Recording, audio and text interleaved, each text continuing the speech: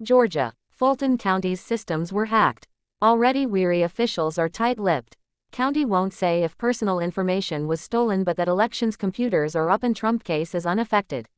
As a Fulton County, Georgia, Board of Registration and Elections meeting began in earnest on Thursday afternoon, the elections director, Nadine Williams, unfurled a prepared statement about a recent hack of county government computers.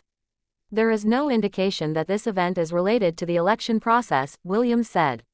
In an abundance of caution, Fulton County and the Secretary of State's respective technology systems were isolated from one another as part of the response efforts.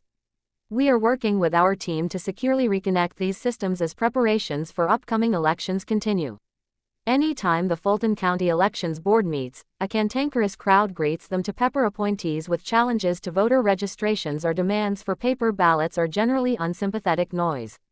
The rancor of the 2020 election and its unfounded charges of vote tampering still ripple through the democratic process. Elections officials in Fulton County take care about what they say, knowing that a platoon of critics lie waiting to pounce on a misplaced word.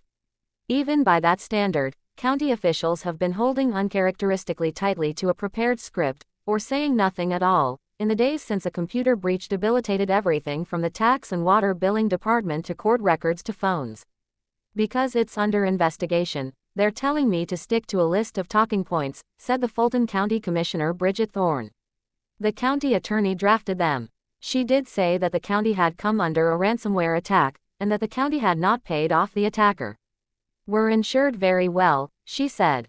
Systems began to fail on the weekend of the 27th of January.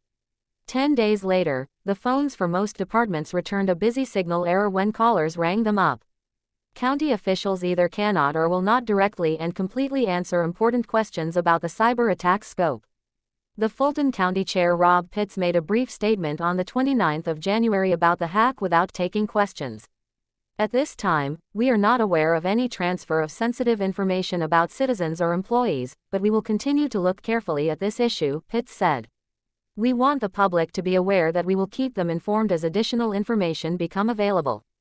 County commissioners held an emergency meeting with only 2 hours' notice on Thursday evening, ostensibly to discuss the cyber attack. The commission immediately entered a closed executive session, emerging 90 minutes later to say nothing to reporters. Asked whether leaders were aware whether sensitive personal information had been stolen by hackers, the county spokesperson refused to say. The FBI is leading the investigation, with assistance from the Georgia Bureau of Investigation and Homeland Security's Cybersecurity and Infrastructure Security Agency, CISA. An FBI spokesperson said the Bureau had been in contact with Fulton County regarding the hack but could not comment on an active investigation. If this were any other county, common concerns about whether residences or employees' credit card data had been stolen and when water billing would resume would be at the forefront of conversations. But Fulton County is where political freight trains cross tracks. Fulton County, home to most of Atlanta, is the largest county in one of the U.S.'s most contested swing states. It is the subject of continuing litigation over the security of its election equipment in federal court. Last year, Georgia replaced its creaky voter registration system with the Georgia Registered Voter Information System, or GARVIS. The state built the system on a Salesforce base. GARVIS complies with the FedRAMP federal standard for cloud computing security, according to the office's statements. A computer system that is FedRAMP compliant has monitoring safeguards to see whether unusual amounts of data are flowing out of storage servers, a telltale sign that hackers are stealing personally identifiable information. When the Elections Division of the Georgia Secretary of State's office heard that Fulton County's computers had been hacked, it first cut the county off from access to the state's computers, and then shut everyone out of GARVIS just to make sure the central system had been unaffected, said Mike Hassinger, a spokesperson for the state office. The state restored registration services to other counties within a day or two, after checking the logs to ensure nothing strange had taken place. State elections officials asked the county to wipe their elections computers back to the baseline, which they have done, Hassinger said. Those computers are isolated from the rest of the network, he said. We are now back up and running on GARVIS, Williams, the Fulton County Elections Director, said on Thursday. Fulton County, like every other county, is preparing for the next election, the presidential preference primary on the 12th of March. Registration for that contest ends next week. There are no slow weeks in Atlanta. Fulton County is also where the former President Donald Trump faces criminal charges for attempting to tamper with the 2020 election. And the court's creaky computer system is all the way down.